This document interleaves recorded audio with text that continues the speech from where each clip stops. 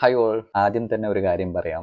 ഇത് ആരെയും നന്മമരമാക്കാനോ ആരെക്കുറിച്ചും പൊക്കിപ്പറയാനോ ആരെയും സപ്പോർട്ട് ചെയ്യാനോ ഉള്ളൊരു വീഡിയോ അല്ല. എൻ്റെ അഭിപ്രായം, എൻ്റെ ഒപ്പീനിയൻ ഞാൻ പറയുകയാണ്. സീക്രട്ട് ഏജൻറ്റ് ഇപ്പോൾ പുള്ളിക്കാരൻ എയറിലാണ്. എല്ലാവരും കൂടെ പുള്ളിക്കാരനെ എയറി കയറ്റി. ഇടയ്ക്ക് താഴെ ഇറങ്ങും, ഇടയ്ക്ക് ഏറി കയറും, ഇടയ്ക്ക് താഴെ ഇറങ്ങും.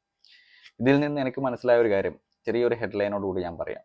നമുക്ക് ഇഷ്ടപ്പെടുന്ന ഒരു കാര്യം ഒരാൾ വന്ന് പറയുന്ന സമയത്ത് നമ്മൾ രണ്ട് കൈയും നീട്ടി സ്വീകരിക്കും. നമ്മൾ സന്തോഷിക്കും, നമ്മുടെ അഭിപ്രായങ്ങൾ രേഖപ്പെടുത്തും, അയാളെ പൊക്കി തലയിൽ കയറ്റി വെക്കും.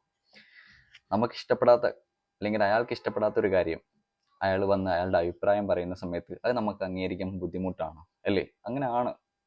അപ്പോൾ നമ്മൾ തന്തയ്ക്ക് വിളിക്കും, ഏറി കയറ്റും, ചീത്ത വിളിക്കും, പല പല ബാഡ് കമൻറ്റ്സ് വിടും. ഓക്കെ, ഇത് ആരെയും കുറ്റം പറയുന്നല്ല, ഞാൻ എൻ്റെ അഭിപ്രായം പറയുകയാണ് കേട്ടോ. അപ്പോൾ സീക്രട്ട് ഏജൻറ്റ് ഇപ്പോൾ ഏറി കയറാൻ നിങ്ങൾക്ക് അറിയായിരിക്കും എന്താ കാരണമെന്ന്. ഉണ്ണിമുകുന്ദൻ അഭിനയിച്ച മാർക്കോ മൂവിയുടെ റിവ്യൂ ഇട്ടതിനാണ് ഇപ്പോൾ സീക്രട്ട് ഏജൻറ്റ് തന്തക്കും തള്ളക്കും വിളിക്കേട്ട് ഏറിപ്പോയിരിക്കണം. ഓക്കെ, സീക്രട്ട് ഏജൻറ്റ് മാർക്കോ മൂവിയുടെ ടീസർ ഇറങ്ങിയ സമയത്ത് അതൊന്ന് റിയാക്ട് ചെയ്തായിരുന്നു. ആ റിയാക്ഷൻ നമുക്കൊന്ന് കാണാം.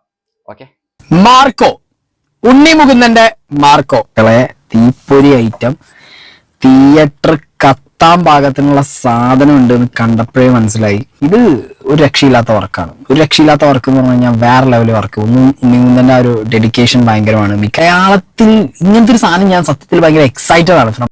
എല്ലാവരും ഒരേ സ്വരത്തിൽ പറഞ്ഞ കാര്യമാണ്. നമുക്ക് എല്ലാവരും നമ്മളൊക്കെ കേൾക്കാൻ ആഗ്രഹിച്ച കാര്യമാണ്, പ്രത്യേകിച്ച് സീക്രട്ട് ഏജന്റിന്റെ വായുന്നുണ്ട്.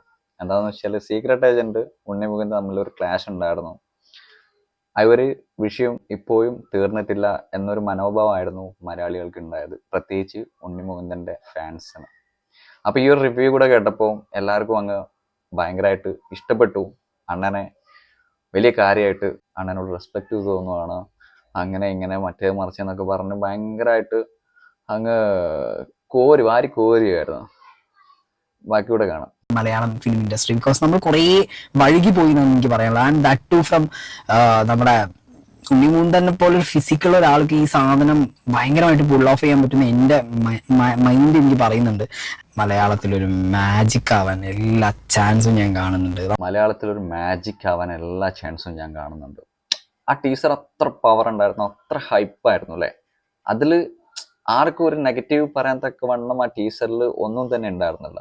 ഭയങ്കര ഹൈപ്പായിരുന്നു. ഒറ്റ ടീസറിലാണ് നമ്മളൊക്കെ ഈ ഒരു ഹൈപ്പ് കയറി അങ്ങനെ ലെവലിൽ മാർക്കോ മൂവി സ്റ്റിൽ വെയിറ്റിംഗ്, കാത്തിരുന്നത് അല്ലേ, ഞാനടക്കം. അണ്ണനും അതുപോലെ പറഞ്ഞു.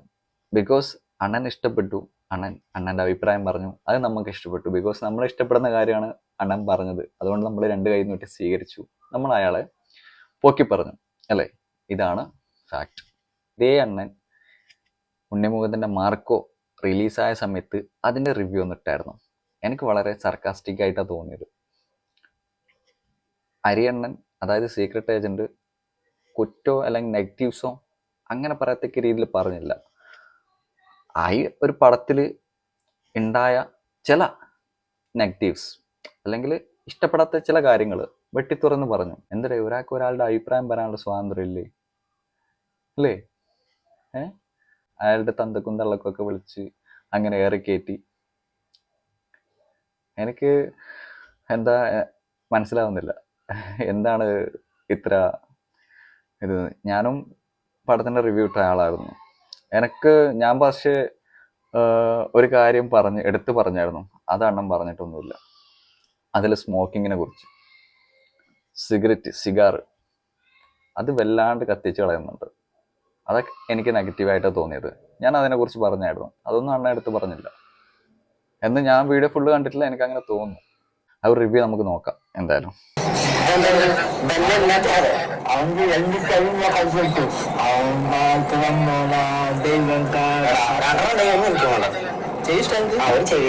എനിക്ക് ഇതിനകത്തൊരു ഓവർ ഡോസ് ഓഫ് വയലൻസ് കാണിച്ചത് fine, that's okay. Over dose കാണിച്ചാലും ഇറ്റ്സ് ഫൈൻ. പക്ഷെ വയലൻസിലോട്ട് എത്തുമ്പോൾ ഇതിനകത്ത് കുറെ സാധനങ്ങൾ നമുക്ക് എക്സ്ട്രാ ഫിറ്റിംഗ് ആയിട്ട് തോന്നി.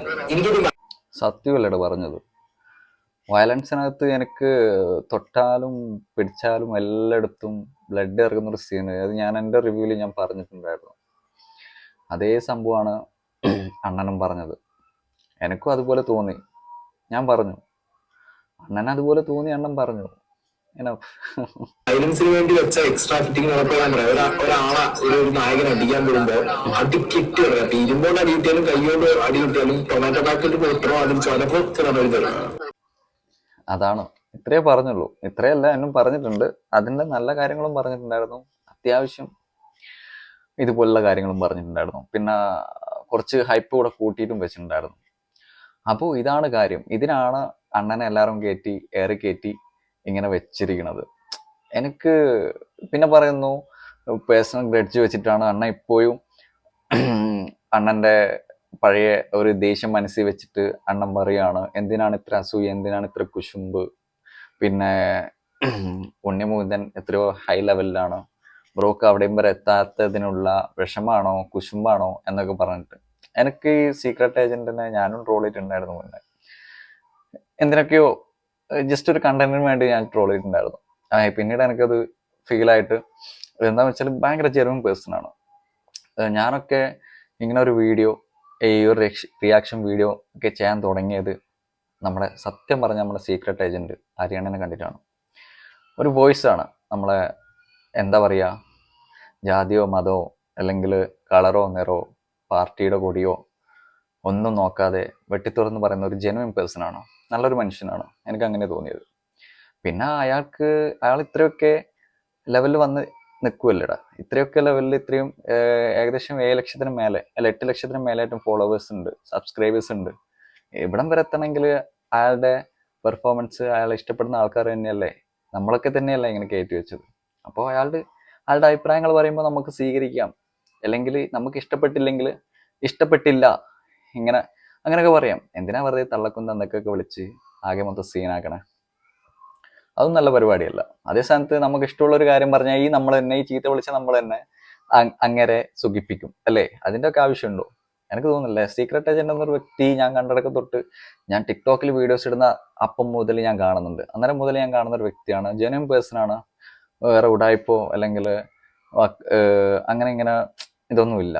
ശരിയെന്ന് തോന്നുന്ന കാര്യങ്ങൾ അയാൾ ചെയ്യുന്നു, അത്രേ ഉള്ളൂ. അപ്പൊ ഇപ്പൊ നിങ്ങൾ പറയും നമുക്ക് ശരിയെന്ന് തോന്നുന്ന കാര്യങ്ങൾ നമ്മളും ചെയ്യുന്നു, അങ്ങനെയാണ്. പക്ഷെ ഈ ഒരു സന്ദർഭത്തിൽ എനിക്കിത് പറയണം തോന്നി, അങ്ങനെ പറഞ്ഞതാണ് ഗെയ്സ്.